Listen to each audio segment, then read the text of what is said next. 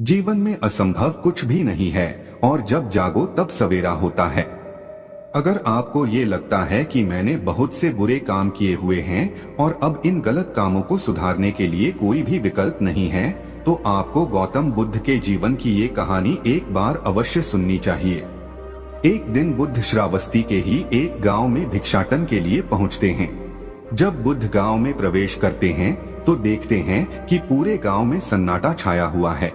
दूर दूर तक कोई व्यक्ति नजर नहीं आ रहा था। बुद्ध उस गांव के पहले द्वार पर जाते हैं और कहते हैं, भिक्षाम देहि, परंतु भीतर से बाहर कोई नहीं आता। बुद्ध दूसरे द्वार पर जाते हैं परंतु कोई दरवाजा नहीं खोलता। बुद्ध तीसरे द्वार पर जाते हैं परंतु उस द्वार से भी कोई व्यक्ति बाहर नहीं आता। फिर अचानक से एक दरवाजा खुलता है जिसमें से एक व्यक्ति बाहर निकलता है। वो जल्दी से बुद्ध का हाथ पकड़ता और उन्हें अपने घर में ले जाता है और कहता है, क्षमा करें बुद्ध, परंतु इस समय आप बाहर नहीं जा सकते। उंगलीमाल को श्रावस्ती की सीमा पर देखा गया है। सभी गांव वाले डर के मारे अपने अपने घरों की खिड़कियां, दरवाजे बंद करके बैठे हुए हैं। बुद्ध उस व्यक्ति से पूछते हैं, कौन है ये उंगलीमाल और उससे इतना भय क्यों है? वह व्यक्ति कहता है, उंगलीमाल एक राक्षस है। उसे जो भी मनुष्य मिलता है, बच्चा, वृद्ध, स्त्री या पुरुष, यहाँ तक कि सन्यासी भी, वो किसी को भी नहीं छोड़ता। महाराज प्रसन्नजीत के सैनिक भी उससे डरते हैं। बुद्ध उस व्यक्ति से पूछते हैं, क्या वो ये सब धन के लालच में करता है? वो व्यक्ति कहता है, नहीं, धन का उसे कोई लालच नहीं है। वो जब भी किसी मनुष्य पर वार करता है तो उसकी उंगली काटकर अपने गले की माला बनाता है, इसलिए उसका नाम उंगलीमाल पड़ गया है। और यह भी सुना है कि जब उसके गले की माला में 100 उंगलियां पूरी हो जाएंगी तो उसकी विनाशक शक्तियां और भी ज्यादा बढ़ जाएंगी। बुद्ध कहते हैं, आभार आपका, जो आपने मुझे उसके बारे में बताया। फिर वो व्यक्ति बुद्ध से कहता है कि कृपा कर आप बाहर न जाइए, क्योंकि वो आप पर भी वार कर सकता है। बुद्ध कहते हैं, भय से अपनी राह छोड़ दो, ऐसा मैंने कभी नहीं किया। मुझे भिक्षा मांगता देख जन जन के हृदय में उंगलीमाल का भय कम होगा। फिर वो व्यक्ति कहता है, नहीं बुद्ध, आप मत जाइए, वो बहुत ही ज्यादा खतरनाक है। बुद्ध कहते हैं, वो खतरनाक नहीं बल्कि दुखी है और मुझे उसके पास जाना होगा क्योंकि उसे मेरी आवश्यकता है। इतना कहकर बुद्ध उस व्यक्ति के पास से चले जाते हैं। कुछ दूर चलने के बाद बुद्ध वन में प्रवेश करते हैं। वन में चारों ओर एक सन्नाटा छाया होता है। दूर दूर तक ना तो कोई मनुष्य और ना ही कोई पशु पक्षी दिख रहा होता है, परंतु बुद्ध अपने मार्ग में आगे बढ़ते रहते हैं। अचानक बुद्ध के सामने उंगलीमाल आकर खड़ा हो जाता है। उसका रूप इतना डरावना होता है कि कोई भी व्यक्ति उसे देखकर ही भयभीत हो जाए। उसके गले में उंगलियों की माला होती है। चेहरा और हाथ रक्त से सने होते हैं और शरीर बलशाली होता है। उसका रूप इतना भयानक होता है कि किसी भी साधारण व्यक्ति के प्राण तो उसे देखते ही निकल जाएं, परंतु बुद्ध पर उंगलीमाल के इस डरावने रूप का कोई भी असर नहीं होता। बुद्ध कुछ क्षण तक एक शांत मुस्कुराहट के साथ उंगलीमाल की तरफ देखते हैं और फिर उसकी बगल से निकलकर अपने मार्ग में आगे बढ़ जाते हैं। बुद्ध को ऐसा करते देख उंगलीमाल को ये समझ नहीं आता कि उसके साथ ये हो क्या रहा है। वह मन ही मन सोचता है कि मुझे देखकर लोग या तो भाग जाते हैं या मुझे देखकर ही मर जाते हैं या फिर मुझसे अपने प्राणों की भीख मांगने लगते हैं। मैंने कई सन्यासियों को भी मारा है, परंतु मैंने आज तक कोई ऐसा व्यक्ति नहीं देखा जो मुझे नजरअंदाज करके अपने मार्ग में आगे बढ़ जाए। या तो इसने मुझ पर ध्यान नहीं दिया होगा या फिर हो सकता है कि यह देख ही ना सकता हो, परंतु मुझे इससे क्या, मुझे तो अपनी उंगलियों की माला पूरी करनी है। उंगलीमाल बुद्ध को आवाज लगाता है, ए साधु रुक। फिर भी बुद्ध उंगलीमाल को नजरअंदाज करते हैं और अपने मार्ग में आगे बढ़ते रहते हैं। उंगलीमाल और ज्यादा क्रोध में भरकर बुद्ध को आवाज लगाता है, ए साधु रुक। फिर भी बुद्ध उंगलीमाल को फिर से नजरअंदाज करते हैं और अपने मार्ग में आगे बढ़ते हैं। उंगलीमाल तीसरी बार बहुत ही ज्यादा क्रोध में भरकर आवाज लगाता है, ए साधु रुक। फिर बुद्ध रुकते हैं। उंगलीमाल बुद्ध के पास जाता है और कहता है, मेरे आदेश देने के बाद भी तू रुका क्यों नहीं? बुद्ध कहते हैं, मैं तो बहुत पहले ही रुक चुका हूँ, तुम ही चलते जा रहे हो। उंगलीमाल ये समझ ही नहीं पाता कि बुद्ध क्या कह रहे हैं। परंतु वो इतना जरूर समझ जाता है कि सामने खड़ा व्यक्ति उससे थोड़ा भी नहीं डर रहा है। उंगलीमाल बुद्ध को डराने के लिए चिल्लाकर पूछता है, ए साधु, तुझे मुझसे भय नहीं लग रहा है क्या? मैं आदि मानव हूँ। बुद्ध कहते हैं, नहीं, तुम मानव हो। बुद्ध की यह बात उंगलीमाल के हृदय पर लगती है। पहली बार उसे किसी ने मानव कहा था, परंतु वो इस बात को नजरअंदाज करने का प्रयास करता है और बुद्ध से पूछता है, ए साधु, तूने ये क्यों कहा कि तू कब का रुक चुका है, जबकि तू तो चल रहा था, और तूने ये क्यों कहा कि मैं नहीं रुका? बुद्ध कहते हैं, मैं बहुत पहले ही रुक चुका हूँ, यानी मैंने ऐसे सारे बुरे कृत्य करना पहले ही छोड़ दिया है जिससे किसी भी व्यक्ति को कष्ट पहुँच सकते हैं। सब जीना चाहते हैं, बस तुम उन्हें करुणा से देखने का प्रयास करो। बुद्ध के ये शब्द दोबारा से उंगलीमाल के हृदय पर चोट करते हैं, परंतु वह दोबारा से बुद्ध की बातों को नजरअंदाज करने का प्रयास करता है और इस बार वह और क्रोध में भरकर बुद्ध की गर्दन पर अपनी कटारी रख देता है, जिससे वो लोगों की हत्या किया करता था, और बुद्ध से चिल्लाकर कहता है, नहीं, मानव में ना तो प्रेम है और ना ही करुणा है, सिर्फ छल और कपट है, इसलिए मैं सबकी हत्या करूंगा और किसी को जीवित नहीं छोड़ूंगा। बुद्ध कहते हैं, तुम्हें लोगों ने बहुत दुख दिया है उंगलीमाल, क्रूरता मनुष्य अज्ञान के कारण ही करता है। ईर्ष्या, द्वेष, मोह, माया, ये सभी अज्ञान की ही संतानें हैं, परंतु वो व्यक्ति ही है जिसमें दया, करुणा, सद्भाव और समझ का उदय भी होता है। उंगलीमाल, यदि इस जीवन में क्रूर और निष्ठुर लोग हैं तो दयावान भी हैं। बस तुम्हें अपनी आंखों से इस अंधेपन की इस पट्टी को हटाना होगा जो तुम्हें केवल बुराई ही दिखा रही है। तीसरी बार बुद्ध के शब्दों को सुन उंगलीमाल का खुद पर से संयम हट जाता है। उसे समझ नहीं आता कि पहली बार उसे अपना आपा इतना कमजोर क्यों महसूस हो रहा है। वह कोशिश तो करता है क्रोध करने की, परंतु कर नहीं पाता। वो बड़ी हिम्मत जुटाकर क्रोधित होने का नाटक करके बुद्ध से कहता है, तुम और व्यक्तियों जैसे नहीं हो।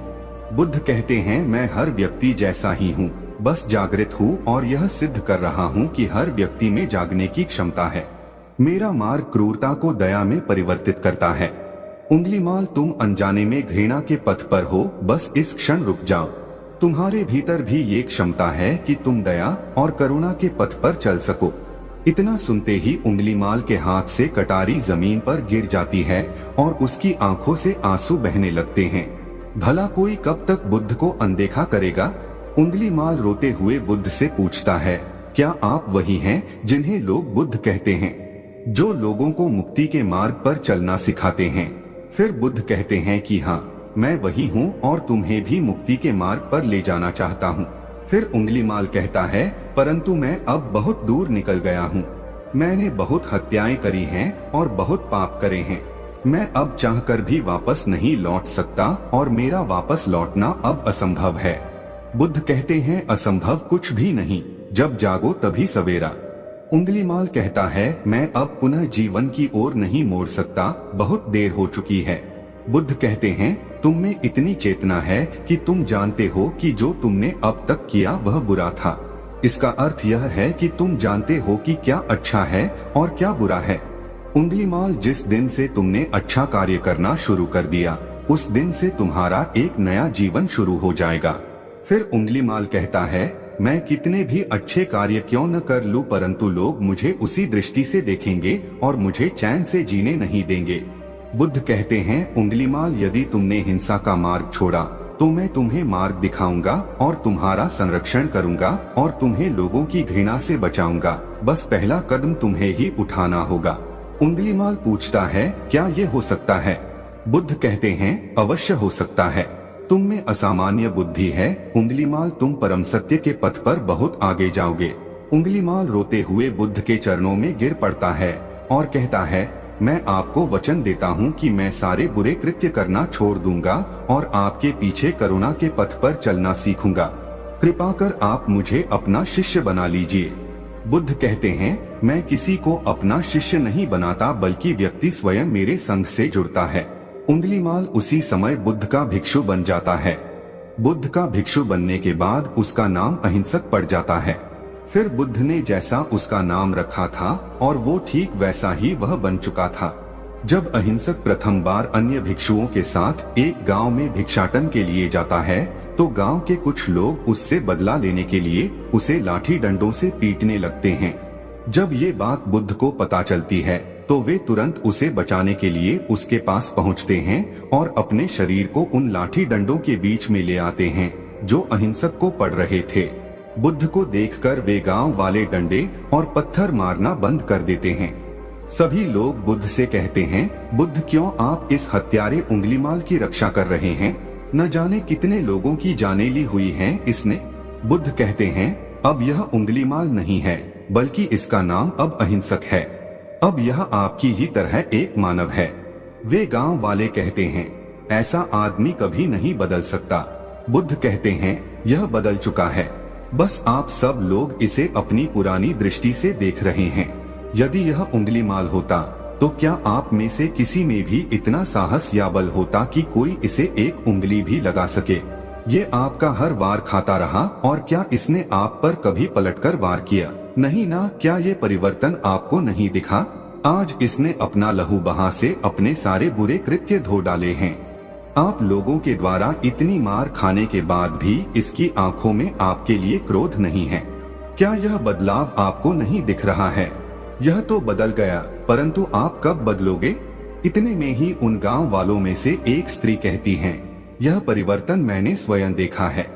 वो स्त्री गांव वालों से कहती है, आप में से कौन ऐसा है जो दूसरों के दुख में दुखी हो, दूसरों की पीड़ा सहन ना हो तो उसे हर प्रकार की सहायता प्रदान करे, और ऐसा इस भिक्षु ने किया है। 2 दिन पहले एक व्यापारी अपनी पत्नी को लेकर जा रहा था और उसकी पत्नी प्रसव पीड़ा से व्याकुल थी। तब मैं पास से ही गुजर रही थी, इसलिए मैं भी दौड़ी दौड़ी गई। उस स्त्री की पीड़ा बढ़ती ही जा रही थी। घना जंगल होने के कारण उसे कहीं ले जाया भी नहीं जा सकता था। तभी यह भिक्षु वहां आ पहुंचा और इसने मुझसे पूछा कि क्या हुआ बहन? मैंने इसे बताया कि यह स्त्री प्रसव पीड़ा में है और इस घने वन में हम कुछ कर भी नहीं पा रहे हैं। कब तक यह कष्ट भोगेगी? कहीं इसके और इसके बच्चे के प्राण ना चले जाएं। फिर इस भिक्षु ने मुझसे कहा कि ऐसा नहीं होगा, मैं अभी अपने गुरु के पास जाऊंगा, वे अवश्य ही कोई मार्ग दिखाएंगे। इतना कहकर ये भिक्षु दौड़कर वहां से चला गया।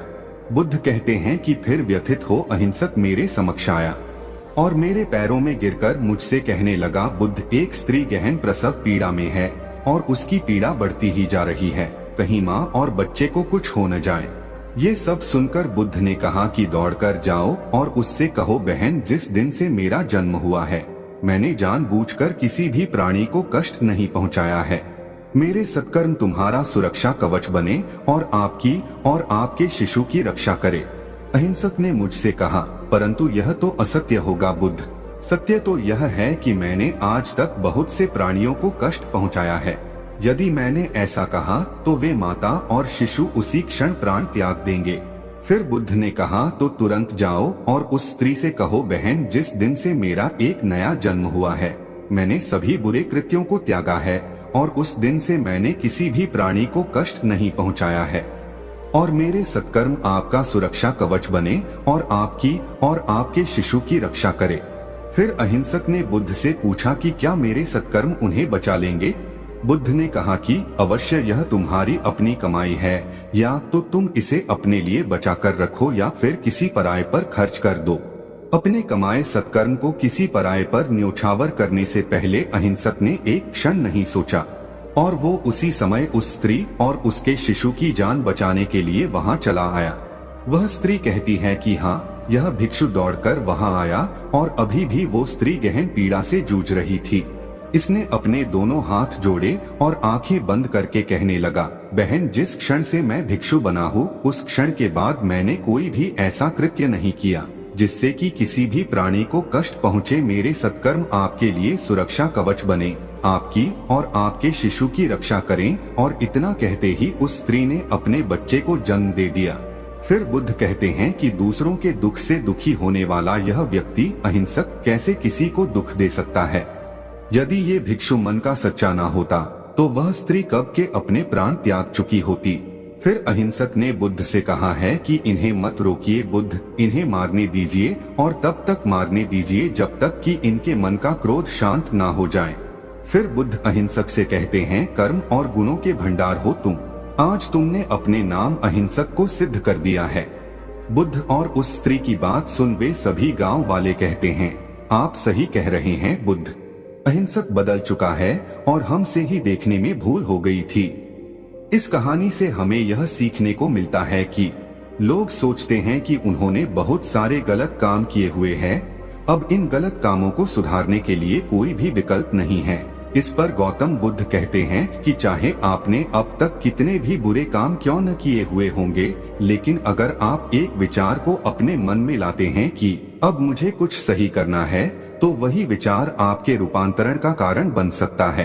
पर सबसे जरूरी बात यह है कि क्या आप पहला कदम उठाने के लिए तैयार है। यह कहानी आपको कैसी लगी नीचे कमेंट बॉक्स में कमेंट करके जरूर बताएं।